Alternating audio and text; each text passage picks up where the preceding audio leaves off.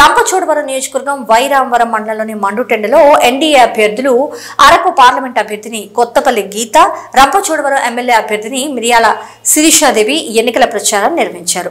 ప్రచారంలో అరకు ఎంపీ అభ్యర్థి కొత్తపల్లి గీత ప్రజలను ఉద్దేశించి మాట్లాడుతూ రాష్ట్రంలో ఇసుక మాఫియా, భూ మాఫియా, లిక్కర్ మాఫియా రాజ్యం వెళ్తుందని జగన్మోహన్ రెడ్డి ప్రభుత్వంపై పలు విమర్శలు చేశారు. మద్యపాన నిషేధం చేస్తాన్ని అమలు చేశారా అంటూ ఈ సందర్భంగా ప్రజలను ప్రశ్నించారు. రాష్ట్రంలో నిత్యావసర వస్తువుల ధరలు 4 రెట్లు పెరిగిపోయాయని, మద్యం పేరుతో ఈరోజు విషాన్ని పేదలకు అమ్ముతున్నారని, విషపు మద్యం తాగి రాష్ట్రంలో 35 లక్షల మంది లివర్లు పాడైపోయాయని, 30,000 మంది పైన చనిపోయారని మండిపడ్డారు. రాష్ట్రంలో మాఫియా మొత్తం రాష్ట్ర ప్రభుత్వమే నడిపిస్తుందంటూ విమర్శలు చేశారు.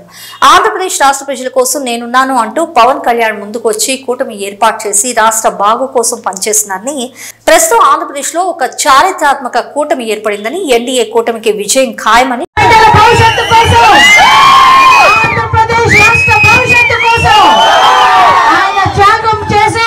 నేనున్నానని చెప్పి మీ అందరి కోసం మీకు నేను భరోసాగా ఉంటాను. ఈ రౌడీ రాజ్యాన్ని మనందరి బిడ్డల్ని కాపాడుతానని చెప్పి ముందుకొచ్చారు. కాబట్టి ఈ రోజు ఒక చారిత్రాత్మక కూటమి ఏర్పడింది.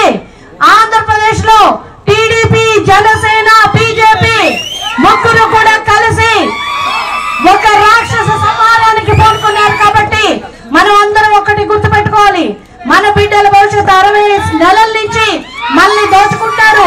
Land mafia, sand mafia, liquor mafia, అన్ని మాఫియాలే. కరెక్ట్ గా చూస్తే మన జీవితం చీకట్లో నెట్టేశారు. ఒక్క రోడ్ వేసారా? మనందరినీ కూడా అభివృద్ధి సున్నా చేశారు. రేషన్ కార్డులు తీసేశారు. ఒంటరి మహిళల్ని ఇబ్బంది పెట్టారు. ఈ రోజు మనం చూస్తే మనకి రావాల్సిన 5 కేజీల బియ్యం సెంట్రల్ గవర్నమెంట్ నుంచి వస్తుంది. ఇక్కడ చేసింది ఏమీ లేదు. స్టిక్కర్లు వేసుకుంటున్నాడు అంతే. నేనేదో చేసేస్తున్నాను, నేను సంక్షేమం చేశాను, నేను మా ఇంటికి సంక్షేమం చేస్తే ఓటే